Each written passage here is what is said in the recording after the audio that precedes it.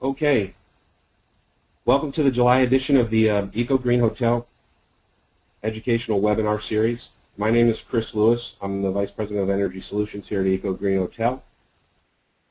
Many of you may know us already, but if this is your first introduction to EcoGreenHotel, let me tell you a little bit about what we do. We do energy efficiency analysis, benchmarking, new build analysis, lighting analysis, utility monitoring, project management, and we also administer the loans and rebate applications for the hotel vertical. Today we're going to talk about an area of your hotels that's often overlooked,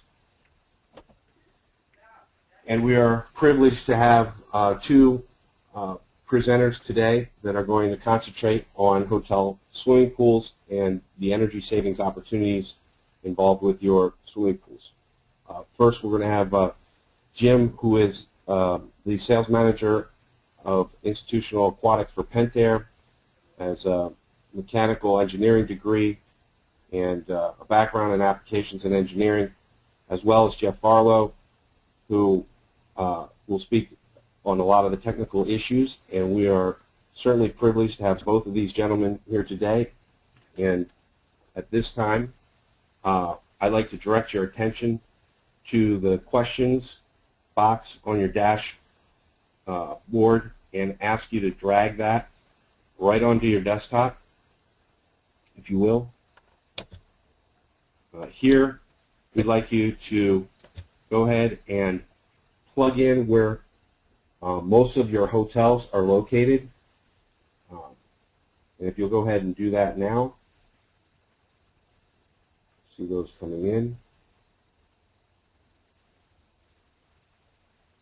This is the same spot we want you to put your questions in throughout the presentation, and we will get those answered on this broadcast.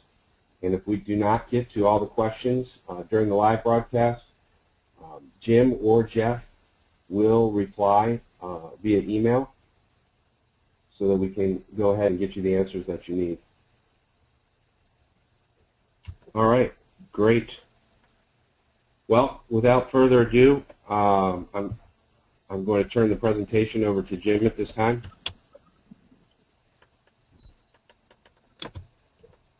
Jim? Let's see. How'd that work out? Can you guys hear me okay? I sure can. Okay. Well, like I said, I'm Jim Drozdowski, and I'm the sales manager for Institutional Aquatics, and we also have Jeff Farlow here joining us today. I really want to thank the guys at folks over at EcoGreenHotel for the invite. It's a great opportunity to, without even leaving our desks, get to address so many people that are interested in learning about this technology. Jeff, please jump in any time you see fit to add to, and we certainly look forward to answering any questions. There are a number of savings opportunities that you can look at in pools. We decided to frame this around about a 30-minute presentation, a 20 to 30-minute presentation, focusing on the two items that give the most direct payback in terms of electricity savings, the most direct savings and the most easy to measure and predict savings in terms of electricity savings. And that would be the LED lights and the variable speed pump control. And again, EcoGreenHotel has been now a partner for a number of years in ours, and really a leading kind of understander or explainer, understander, however you want to say it, and how to apply this technology wisely in hotel, motel, swimming pool applications. So when we look at energy savings opportunities in hotel swimming pools, the LED pool lights are certainly the easiest to implement. They're the easiest to predict savings, and they offer, by far, on average, the highest % electricity savings. So we will talk about those first. Another major area is installing variable flow controls on your pumps. There's a couple of ways to do that, which we'll get into a little later. While the percentage savings will vary on this, it could be as little as 30%, as much as 90% in some cases. certainly the highest dollar potential for electricity savings in most pools, simply because your pump consumes so much more energy than your lights would in most cases, in all cases. Another thing I'd like to add, this is Jeff. The one thing about pool pumps, they seem to be invisible to folks. They're just an item that seems to be running back in the equipment room. Often you can hear them. They can be a bit noisy, but I'm passionate about the energy savings that you can obtain from just your pump and your lights alone. I think as a result of this presentation, you're going to see really a tremendous impact just from these two, a really cost-effective kind of retrofit to an existing pool. So I'm looking forward to talking with you today. Thank you, Jeff. The third thing we have listed there is very much related to the variable flow controls. It just ties into the same, it just ties directly into reducing the energy that's consumed by your pump. One way is to dial in your flow, which we'll talk about. Another way to do that, and we're not going to get into great detail today, but that is to reduce the pressure resistance in your piping systems. And Jeff and some other folks have done a lot of research, both in developing products that minimize the resistance, which we call TDH in a piping system, developing products with larger ports. We're not going to talk too much about that today. We just wanted to plant the seed that a partner way to go about saving energy in pumping systems is to look at your, the resistance in your piping and maximize your flow ports and your pipe size, etc. So getting into the LEDs, again, we wanted to start here because this is by far the easier concept to explain. We know EcoGreenHotel's last webinar was about LED lights for overhead lighting, and this really ties directly to that. And what we're seeing is energy savings approaching 90% on the best models by replacing your existing halogen or incandescent light with an LED light. The long LED life also adds significantly to cost savings. By and large, LED lights, they're performing very well for two reasons. One is that obviously LED uses much less energy. The other part of the factor is that an incandescent or halogen light is one bright glare point, somewhere on your pool, whereas an engineered LED light is actually an array of LEDs that can really lead to much better light penetration, as the next couple of slides will show. And you can see here we're referring to an online cost calculator. There is a pretty good one there on the website. But the main thing you need to know is that our folks over at EcoGreenHotel are experts in really how to apply this technology, and contacting them. We'd love you to contact us, me, Jeff, whoever it is, but certainly the folks over at EcoGreenHotel are a real good resource on how to apply this and how to supply it, how to get it installed, all of the above. So here we're showing an incandescent 400 watt. What you'll see when you look at LED lighting is that everything is listed in the literature as the equivalent to the incandescent equivalent, because typically in commercial pools, 500 watts, 400 watts, and 300 watts were the standard size lights that were used, and is often how it's referred to in pool codes, etc. So all of our literature, and just literature in general, will refer to the LED light as the equivalent brightness to the incandescent equivalent.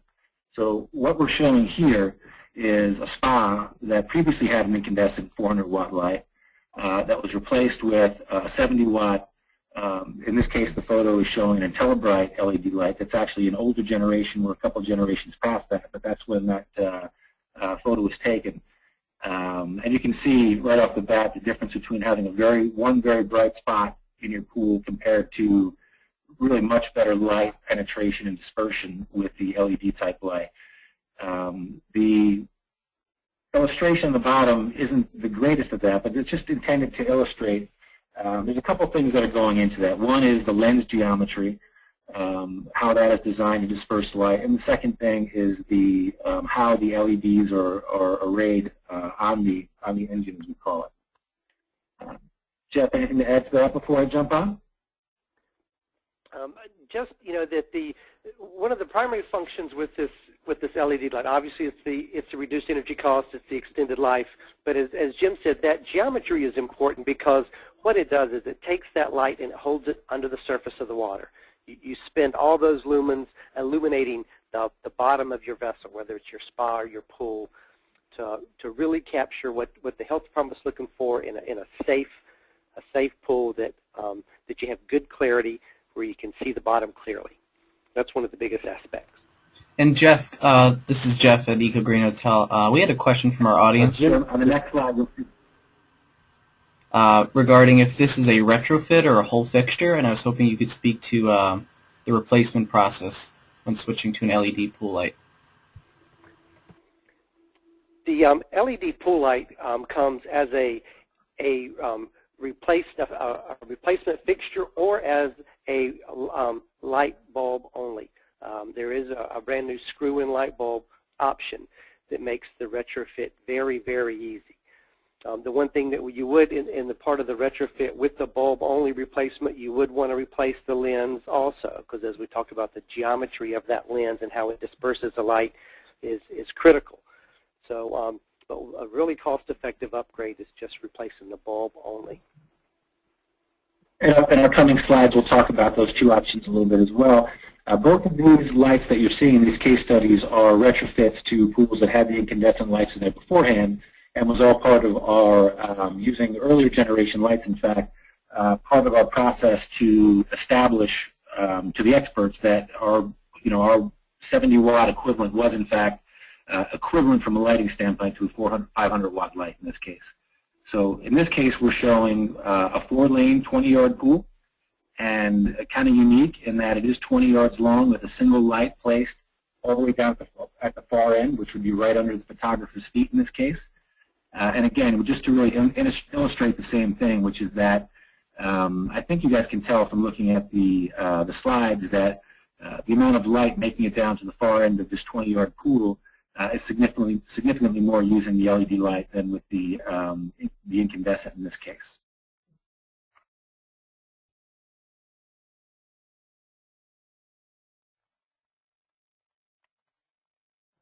I am trying to get my slide to change. There we go. Don't know why it didn't change. And so here we are looking at this in just in terms of dollars, which I think that is important to all of us.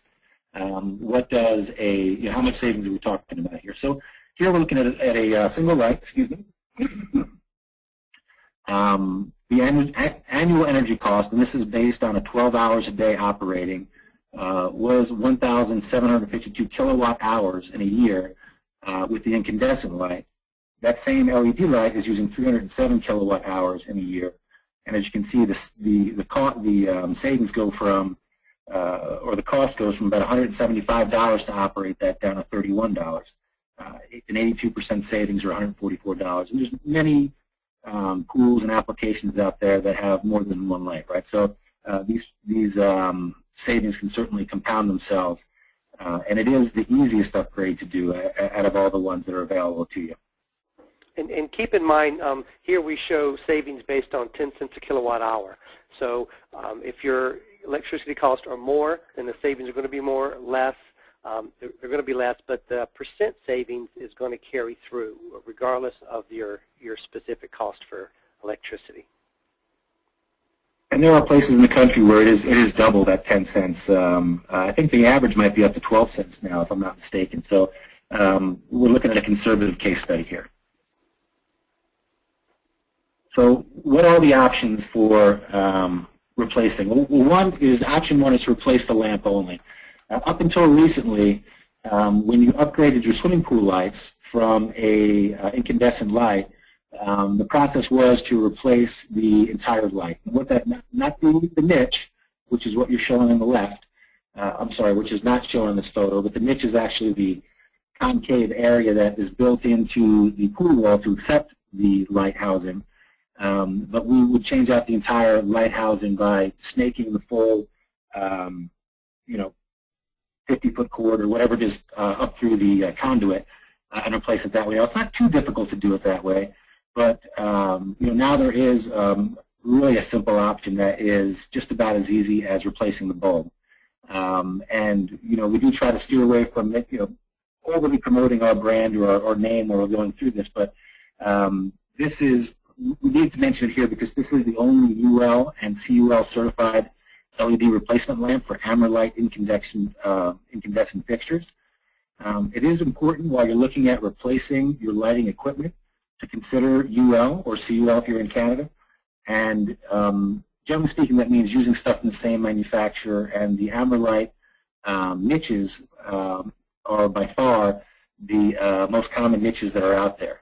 So this is just happened. It's actually just in the process of being released now, and it offers you know, a solution that is as easy as changing the bulb. It really is. It's also the every generation of LED pool lighting, and I think we're probably on our third now, going back about 4 years, 5 years, something like that. Each one gets brighter and more efficient as we move forward, as we perfect the technology, right? So in this case, we said that approaching savings up to 90%, this is the one we are looking at, where a 500-watt equivalent is now consuming only 51 watts, and the 300-watt equivalent is consuming only 34 watts. And I don't want to spend too much time on this thing, but there's a bunch of other features that EcoGreenHotel can tell you about, or you can see, you could call us about it, et cetera. But one part of it is that there's actually a way to rotate the lens 180 degrees to get a different type of beam pattern and really make sure that you're getting your beam pattern level and projecting light in the way you want it to, which is it's pretty cool. But I don't want to spend too much time on that here, just to make you aware of it. The other option in LED lighting is to replace the entire light, including the cord, as I mentioned. It's also quite an economical option, but it will generally require a pool contractor or electrician or something to do that work. It's not as much of a do-it-yourself option as the replacing the lamp alone. Well, when you do that, it still does use the existing niche, so you're not talking about modifying your pool wall or doing any major construction. The time to do that would be if your existing light fixture is in need to be replaced in the next 2 to 3 years, because there's quite a long life on, on these LED lights. And so how would you know that? Damaged cord, excess moisture in the housing, if when the lens is removed there's any corrosion on the can, that kind of thing would be an indication when you would look to replace the entire light instead of just the lamp. And again, being sure to use a light that is UL certified for use in that specific niche is important. So that's kind of the conclusion of the LED portion of it, unless Jeff has something to add on that. The pump section is a little more challenging.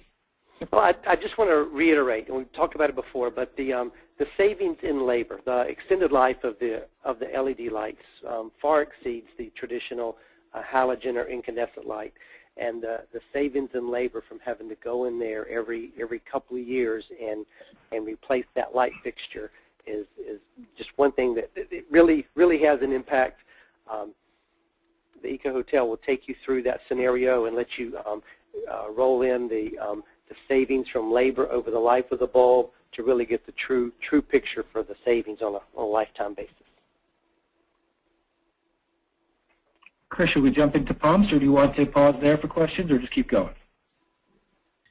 I'd like to jump into pumps. I think that we're fielding some questions, but we'll certainly get most of those answered in the slides, I believe. Sounds great. So we're going to talk a little about variable speed pump control now. And again, just like the lights, there's more than one solution to implement this. And really the place to start, the understanding level, is to start with just a couple of pump basics before we get into what a variable speed control will do. But the first basic point of a pump to understand is that without a VFD, a variable frequency drive, a pump will spin at full speed at all times. And the example we always use to illustrate that is, imagine if you had a car and there was no gas pedal to adjust your acceleration, right? It was just in the down position at all time. And if for some reason you needed to slow down, you had a brake available to you if you're lucky, but there really is no ability to regulate the amount of energy you're consuming, just to slow it down in a very inefficient way. The other thing to understand about a pump, generally speaking, and we're going to show some slides here in a minute that show a little bit about pump curves, is that the flow a pump generates is not a constant, right? So it varies based on the resistance that the system it's pumping through provides. And the equivalent to that is a car with the gas pedal floored will certainly go much slower uphill than it is going downhill. And the kind of the comparison or the analogy in the pump room for a pool is that a pump generates less flow when the filter is dirty than it does when the filter is clean. That's the number one resistance, so to speak, to your pump. So there's a couple things we can go through. One is to understand how the variable flow control saves money when you can reduce the speed. But we decided to start off the webinar to first explain why you probably are able to slow down the pump and still meet all of your requirements. And the reason that has to do with how a pump is sized, certainly before the advent of variable frequency drops. Excuse me. So when a swimming pool recirculation pump is sized, the first thing that the person selecting the pump will do is determine the minimum flow required to meet the turnover specified by code. And there is some variance between states in terms of between states and type of pool, et cetera, on what the turnover would be. But the information is relatively readily available. The next thing that the person selecting the pump is going to do is estimate the resistance the pump's going to see. And by definition, at the end of the day, they have to make sure that in the worst case scenario, this pump is still meeting that required turnover. So to the extent that they have to make a guess at it, estimate, they're going to be conservative, make sure they're estimating on the high end rather than the low end. Then what they're going to do is select the smallest pump that will at least meet this requirement in all conditions, right? So, and we're going to go through this graphically too. But what this does, this ensures the pump will meet the required turnover, right, and even the least favorable conditions. The converse of that is that it will almost always be pumping more water than you need, right? And unless you're right at that point where you designed it with a dirty filter and they got it right on the head, you're probably pumping more water than you need at any point in time. I see that poll thing. Okay. Chris, should I keep going? I see a poll. I don't need to click on that or anything, right? Gotcha. Okay. No, that poll is for everybody to yeah. Guy, I wasn't sure if I was supposed to click on it and show what was shown there, so I apologize. No, so, Jeff will post the results in just after we get everybody's feedback. Excellent. Oh, here we're going to show kind of just take through step by step a graphical representation of what we're just talking about in terms of why the pump is probably oversized, okay? So these are the same steps just listed verbally, but now we're looking at what will be a pump curve. So we're looking at a chart. This is how a pump is sized. And what you can see across the x-axis is the GPM, or the flow that a pump will generate. And then up the y-axis on the left-hand side would be the resistance. And for those of you on the engineering and operations side, you know that TBH, or total dynamic head, is the units that we use to measure resistance to a pump. And it's really not important to understand that for any reason. So we're starting out with a design point, right? So we're saying, okay, you can see at the bottom, that's the flow required to meet code. That's what we're shooting for. That's what we have to meet at all times. And then we're going to go up the left and conservatively estimate how much resistance there is to in that system with the filter dirty. So that's the design point where the red X is. What will happen after that is now you're going to go to your pump curves. And each one of those green lines represents what we call a pump curve. So pump A, as I mentioned, that you're seeing there, it doesn't pump the same flow at all times. It pumps a different flow depending on how much resistance it's seeing. And the same thing is true with pump B. So folks go to their pump curves and they look over at the design point. Okay, you've got to select the right pump for this application. Well, they're certainly not going to select pump B. They're going to select pump A. And in most hotel pools, we're talking about fractional horsepower pumps, which means that there's going to be a large variance in percentage between what pump A and pump B will do in many cases. Okay, so far? So what you wind up with really, now we have the pump curve, the selected pump. You see it there to the right. That's the green line. That's the pump that we decided to install. Now we're running the pump, and for some reason the actual flow is going to be, well, it has to be more, right, because less is unacceptable. So if you look over to the left, now we're talking about, we conservatively estimated the resistance with a dirty filter to be X, and it turned out it was less than that, right? So now if you follow that line over to the pump curve, you can see the actual flow that we're generating with a dirty filter can be significantly more than what it is you're setting out to meet in the worst case condition.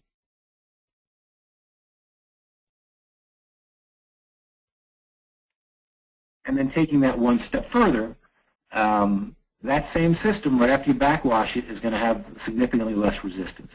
In rough numbers, the dirt in the filter might contribute to as much as 1/3 of the total resistance in a piping system. So then you can see we're dropping down to now the actual resistance with a clean filter. That's the third horizontal dotted line. If you follow that over to the pump curve, you can see now your actual flow range, between right when you clean the filter and when you haven't, is really significantly higher than the design point. And that's really the concept that, boy, if there was just some way to control how much energy we were putting into the pump, there would be no need to wind up with this really not optimum results, right? So just in summary, how a pump was sized before VFDs, the result of this is it is quite common for the dirty filter flows to be 20% or more than required. And then certainly than the design point that we set out to meet, right? And then certainly the clean filter flows can be much more than that in the 50% range more in some cases. It could be a lot more than that, guys. I'm not trying to, there is quite a bit of variance on this, but it's a very high percentage rate where the energy savings are significant enough for a short payback, and that's something we can work with you on as we look at specific applications, and EcoGreenHotel can as well. The more oversized your pump is, the more energy you can save with variable speed pump control. This often equates to electricity savings of 50 to 70%. And now we're going to get into how can we save so much energy by just slowing the pump down by 20%, let's say in some cases. Jim, let me add one more. The car analogy we use often with pumps, and just to reiterate, sort of sum up what Jim has just said, I like to think of that single-speed pump as sort of your dragster. All right, it's typically oversized for the pumping application, but take a scenario where I want to go to my local drag strip one night every month and be competitive on the drag strip, but yet I spend 95% of my time just driving to work and back, going to the store and back. If I only have one car, it can only run one speed, and I wanted to be competitive on that one night. I'm stuck with the dragster taking me to work and back every day. And the beauty in variable speed is being able to right-size it for the application, for the flow rate you require, and that's significantly less energy use. And that's what we're getting ready to get into now is how slowing it down and right-sizing it can really, really save energy. So I end up with the dragster when I need it by ramping it up, speeding it up. But when I just need to go back and forth to work and do my daily filtration cycle that the health department requires, I can do that behind the wheel of a Prius instead of a dragster. Well said. So the thing that allows the savings to be so significant is something it's the affinity loss, right? It's a well-known, long-established principle that is only being applied to pools in the last 5 years, right? And basically, what's really neat about this is that it's a linear approach when you're reducing speed and controlling your GPM. So what that means is if you reduce the speed of the pump in RPM by 10%, you'll reduce the flow by 10%. If you reduce it by 20%, you'll reduce the flow by 20%, right? So it's a direct linear relationship between the speed, RPM of the motor, and the GPM. Excuse me, sorry. However, the energy consumption is reduced by a cube factor. I mean, there's so a 20% reduction in flow provides almost a 50% reduction in energy, and it's a simple calculation that we're doing in our calculators and our tools, and we're taking some other stuff into account like efficiencies and et cetera. But really, at the end of the day, if you reduce the speed by 20%, you're reducing the energy by almost 50%. 0.8 times 0.8 times 0.8 is 0.512. So even a 10% reduction in speed will save you over 25% of energy. So that's where these great savings that you'll see that are over 50% in many cases come from, right? We can't necessarily slow the pump down by 50%, but we certainly can consume that much less energy by just a slight reduction in the pump speed. And keep in mind, this is not pixie dust we're talking about. This is just a law of physics that we're taking advantage of. If you look at large industrial facilities that are using conveyor belts or chemical plants that are using pumping, they've been implementing variable speed drive technology for decades. And it's really just newly applied to the pool industry. So it's exciting to us that we now have this opportunity for pool owners to take advantage of the simple pump affinity law. This is a light bulb scenario, which I think really drives it home for folks, because you start talking about cubic functions or squared functions or directly proportional. That's the physics, that's the math behind it. But where the rubber meets the road, what's the equivalent power use? So this would be an example of where a pump is running at full speed, 3450, like your single speed pump would run. Providing 100% of its flow capability, drawing 100% of the power. That's your dragster. In this case, that could be equivalent to 20 100-watt light bulbs. That's the average horse and a half pool pump draws about 2,000 watts or 2 kW. That would be equivalent if you walked out in your equipment room and saw that pump running or heard that pump running and you saw a bank of 20 100-watt light bulbs illuminating your equipment pad. There's your equivalent energy use. And the idea here is that as we slow the speed of it down, even modestly, then our power is plummeting.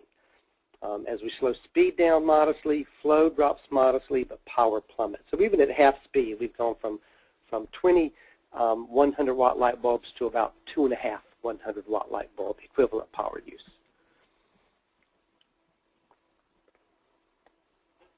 Absolutely. This is the Jeff created slide, which I think is a great way to illustrate this.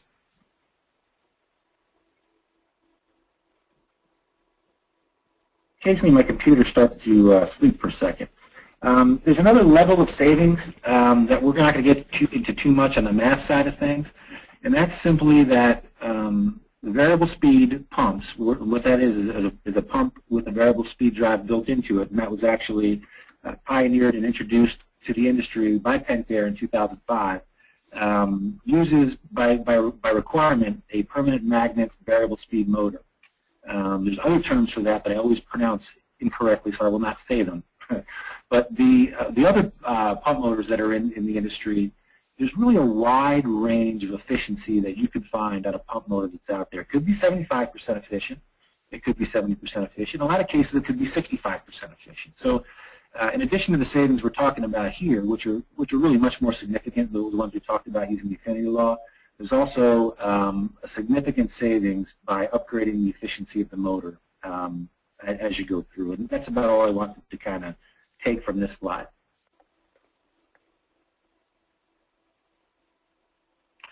So variable speed pump benefits. Just again, the key concept is slower is better. In addition to the energy savings, there's other benefits to having the pump running slower if it doesn't need to be. Hey, Jim? Go ahead. Yeah, I'd like to jump in real quick with a question. The question comes from John, and he asks, are you saving typically just from right-sizing the flow, or are you also taking advantage of unoccupied lower flow periods? And I think he's referring to, and I don't want to answer for you, but I think he's referring to the opportunity during the times that the pools are closed, if those can be ramped down even further. Absolutely. The thing to be aware of is that there's variances in codes. So there are some states that will require you to run that pump 24/7, in which case you're going to always be turning over at the minimum required turnover rate at nighttime, but it does offer you the ability to turn over faster during the daytime. There are other states, like Florida, that will, as long as you run it for a certain amount of hours after the pool closed and started up a certain amount of hours beforehand, you can turn off the pump at night. And so one of the benefits I think that we'll touch on in a minute is that there is the ability to set your speed or your flow based on time of day to really dial in what you need. So the answer is absolutely yes, but you need to use some caution and understand the codes in your area. Great. And another question we have is, what are the methods you're using to dial in the VFD pump once it's installed? onboard GPM readout or external flow meters. And I'm happy to say we'll talk about that a little bit in the coming slides as well. There's different types of what we'll call variable speed pumps. Some will actually give you your flow. Those tend to give the highest payback. There's about, and it does vary, right, but there's about a 25% additional savings by having your flow automatically regulated to self-adjust to a dirty filter.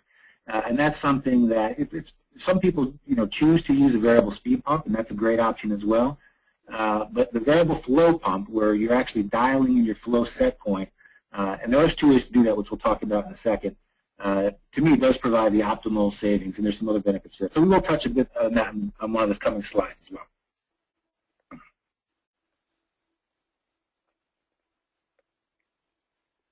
So to expand a little bit more on this, the other key benefits. So we talked about the savings, the improved filtration. One of the things you're going to notice as you slow this flow down, even modestly, it's producing less pressure. And so even for the same filter media, whether it's sand or a cartridge or a D filter, at that slower flow rate and lower pressures, you're actually going to see better particulate removal. You're going to end up with cleaner, clearer, crisper water, which is really, really visible to the eye, especially under those lit conditions with the lights. The sound, significant decrease in sound, 45 to 67 dB doesn't sound like a lot, but for the math folks, that's a logarithmic scale. 45 is significantly less than 67. These things have protection, self-protection, under voltage, over voltage. They prevent themselves from running dry, damaging the different components, easier on the plumbing system. And they also give you this flexibility to change for, once again, right sizing for the application. Spa jets or just spa filtration. That's one pump that can give you sort of both scenarios, the best of both worlds. That's right. There is certainly the ability for savings on pumps that aren't used to drive a filter or a recirculation system. We in some cases, we're seeing even greater savings on if you have a water feature, or if you have a lazy river or something like that. Certainly, then it winds up being a huge savings on even what we call the feature pumps as well as the filtration pumps. How you would estimate the reduction in speed is a little different. Clearly, it's not based on turnover, but the affinity law still applies certainly. So just in summary on that, by adding, and what we'll get into after this is just the options and how you can get there, right? But by adding variable speed pump control, you can adjust the pump output to what is needed for the application. That's two things, like Jeff said, with the dragster and the Prius. You can stop pumping more flow than required by code and or bather load, drive the Prius when you're commuting to work. And if you do need to, either you have a high load time or there's a time where you need to really turn up that recirculation rate and to stay on top of the turbidity introduced by bather load, you have the ability to do that. You don't have to make a choice once and live with it forever, right? It does have, all of them do, right, have built-in timer clocks to program different speeds or flow set points for different times of day. That's part of what was related to the question. And then with some pump setups, not quite all, we'll talk about that in a second, you can maintain a specific flow GPM set point. That's just kind of a summary of what we already talked about. So here's a case study that we did. I think Jeff was very instrumental in this, and this is a place where we looked at a pool somewhere in the JW Marriott family, and they had this large 5-horsepower pump that was running, and it was probably something that was either oversized based on what we talked about the process before, and certainly our pump curves and our pump design has come a long way. So it turned out that we could get the required turnover rate by installing, in this case, an IntelliFlow pump, which maxes out at a 3-horsepower power consumption. So we started out with the before state, where we had energy consumption in kilowatts of 12.2 approximately, and we got that down all the way down to 3.8 kilowatts. This is, thankfully, it's a case study that we got to test and look at before and after. So we got the ability to do something that we don't always get to do, which is measure the decibel noise level. As you can see, you're talking about a 90% reduction in this case, from 70 to 80 decibels down to 7 to 10 decibels. For this pump alone, again, this is based on the conservative energy cost of 10 cents per kilowatt hour, there was a 69% savings or $7,380 a year. And so, as you can see, the savings can become really quite significant. You know, we might get a 90% savings on an LED light bulb, but 7380 is a nice number to save on you know, to save without compromising anything, you know, without compromising water quality or code, etc. Another thing I want to add to this, Jim, we probably need to update this slide because what we didn't take into account after the fact was the utility rebate. Utilities have become very friendly to offering incentives and rebates for upgrades to equipment. They're familiar with variable speed drives. They've been using them in the industry, and typically they offer a rebate for, you know, so many dollars per horsepower, so many dollars per variable speed drive. Sometimes they want you to do some measurements beforehand, measurements afterwards, but the rebates can be significant. In fact, we've run into some cases where they say, I'm sorry, but the rebate can't exceed the price of the job. And they actually had to limit the rebate, and so the upgrade ended up being free. They weren't going to let it be a positive cash flow for the consumer, but we have seen cases like that. So I want to encourage you to work with EcoGreenHotel. We will be supporting them and helping them identify opportunities where rebates exist. It varies by each utility, but that's one of the things we have expertise in is driving those rebates, working with the utility, getting the forms filled out, and making sure you get access to those dollars. So sometimes you're actually looking at zero out-of-pocket upgrade to take advantage of these savings. Excellent point. Big omission in the presentation. Thank you, Jeff. So what are our options when replacing, and just because it's 2:43 I have on my watch, so I'm going to move it along a bit, but what are the options with adding variable speed pump control? The most practical option, the most common in the hospitality industry, is going to be replacing the existing pump with a variable speed pump. That is the most practical option when your existing pump is 3 horsepower or less. Again, these are rules of thumb.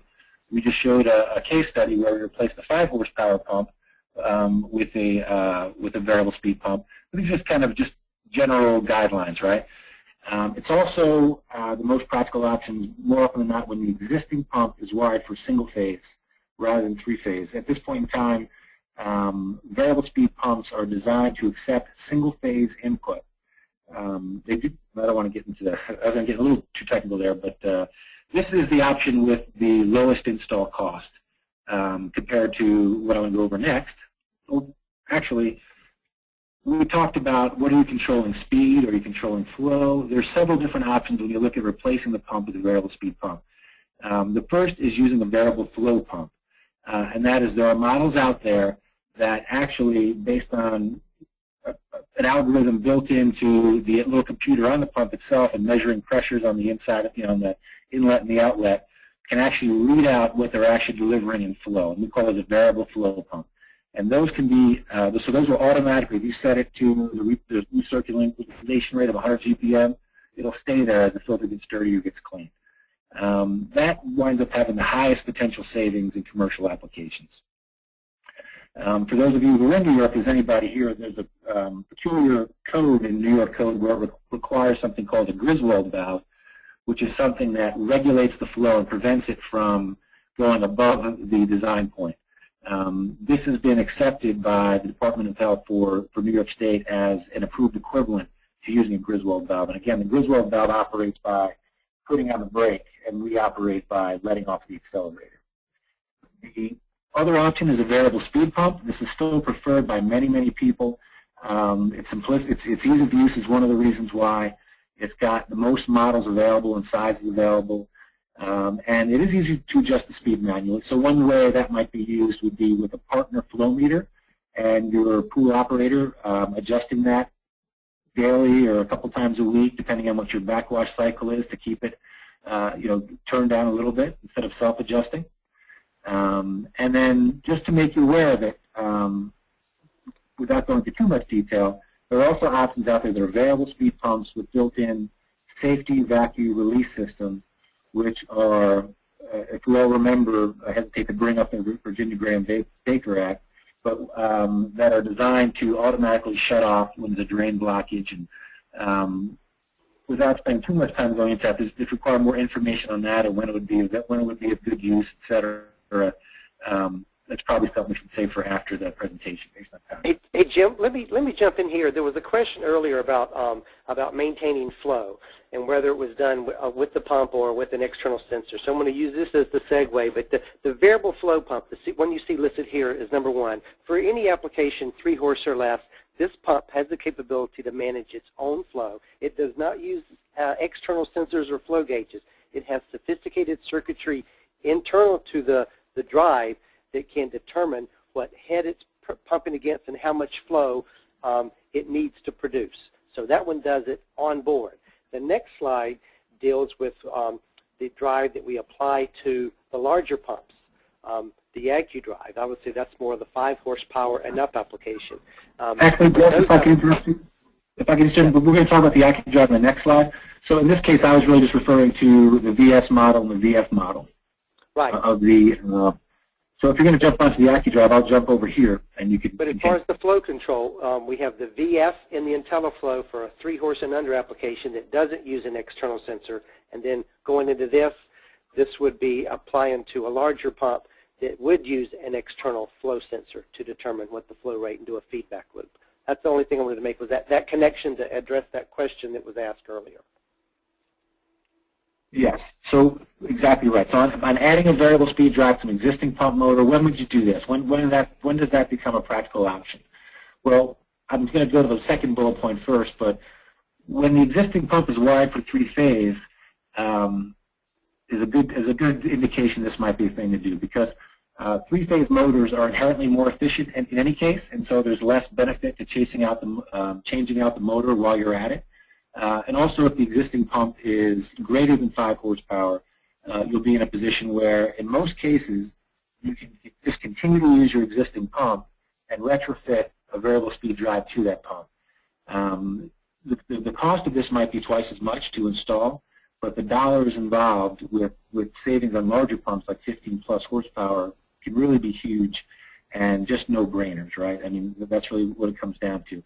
I don't mention it here, but we always will recommend and quote a flow sensor. These certainly can be programmed, as Jeff was mentioning, to respond to a flow sensor in a closed-loop system where it will adjust to maintain a specific flow set point. We think that's really crucial in any recirculation application, and really in most feature pumps as well. So that does give you, especially in a recirculation one, that does give you the most. If you think about it in a feature pump, if you're running a lazy river or waterfall or something like that, you don't have this thing where you're trying to meet code. You're just trying to make it look nice. So in some cases, just dialing that down by pushing the down button until it looks nice is the way to go, right, and save energy. But when you're looking at a recirculation pump, and that number is important, the GPM that you're maintaining is important, having that built in that closed-loop system, either using a VF pump or a flow sensor attached to a variable speed drive, to us is really the way to go. Hey, Jim. This is Chris. We typically see in a lot of, I'm familiar with a lot of the folks on the call are going to have a lot of select serve hotels, and a lot of hotel pools are generally in the 2 horsepower range.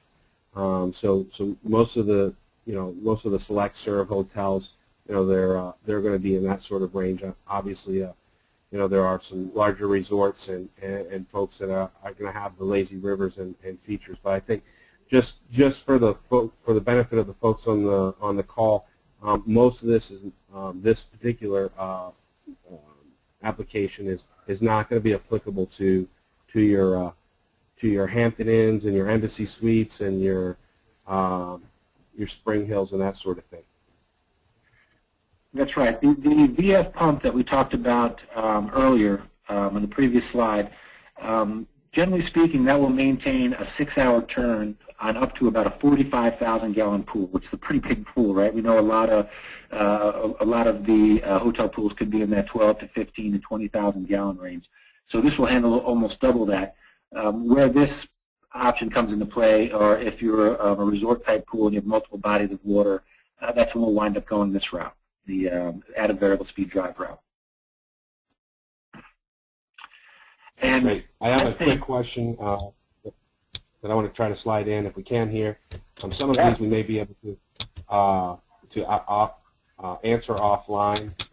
One of them might be better fit for offline is the TDH calculation. Some folks are inquiring about how to measure the TDH, so I think we can answer that offline and send you an email on that one. But one question is there a standard program scheme for these pumps, and how difficult are they to program? You know, and you know, Jim and Jeff can certainly answer that. But with my experience, I can tell you they're pretty simple to program, especially if you're using the variable speed pump, specifically the Pentair product. It's as simple as monitoring your flow meter and pressing one button until you get the desired flow, and then holding it down to lock it in. It's easier than setting your watch in most cases. So hopefully, do you have anything to add to that, Jeff or Jim? No, that was very well said. Yeah, I want to reiterate that it is pretty. I can say it's as simple as programming a radio station on your radio in your car. It's about that simple. We have a nice owner's manual that's pretty descriptive, but basically there's one page in it that's a menu tree. And if you've got that menu tree and you're standing in front of the pump, there's nothing you cannot do with the programming sequence. I could guide you over the phone. If I had a menu tree in my hand, I could tell you exactly what buttons to press and do exactly what you want. It's pretty straightforward. Another question we have is, what is the rough cost to install the IntelliFlow? You know, that kind of varies based on where you are, I think, but you know, you can do it in-house. With most of your engineers in-house are going to be able to you know, put it in. It's not a big wiring issue. It's going to be using the existing service, and it's just going to be plumbing it in. So I would say most of the time, you know, your in-house maintenance staff may spend 2-3 hours tops replacing that. And maybe there's a couple of PVC pipes that they're going to buy. But if you choose to go to an outside source, I'm going to say most of the time you'll probably get that done for $400 or less for those variable speed pumps. For the labor part of it, right? Yeah, for the labor. Yeah, exactly. And the question was regarding to the installation. And then. How is the pressure requirement maintained? I think we touched on that a little bit, and so we can certainly send a follow-up email on that one. And the other one was, can you send a list of the states where the rebates are found? I think that's going to be by utility with you know, more than by the state, and I'm sure we can pull that list together. EcoGreenHotel has a pretty good list of those things, so we'll be happy to follow up with you offline on that one. Sorry to interrupt, guys. I just want to try to get as many questions in on air as possible.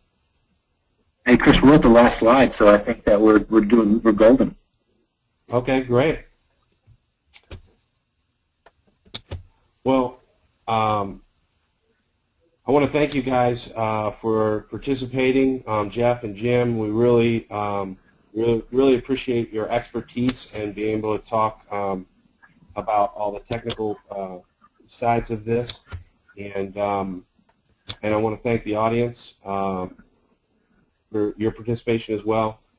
There was a question about whether the presentation will be available after today, and it will be. Usually we can send that out in about two business days after today, so about Thursday or Friday, but certainly this week if you're interested.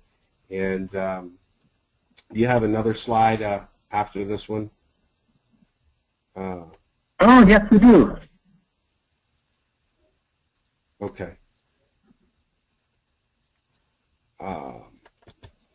Yep, so if there's any questions for Jeff or Jim or for me from EcoGreenHotel, feel free to reach out to us. Again, you know, we're here to assist you with energy conservation measures that are obviously going from the swimming pool throughout the rest of the hotel. But again, any closing remarks, Jim? I welcome them, and thank you so much for your time today. Yeah, no, just thank you everybody for your time, and we really appreciate the partnership with EcoGreenHotel, and anything that we can do for anybody on the call, and certainly Chris and Jeff, let us know. Wonderful. Thank you, everyone. Thank you. Bye. Thank you.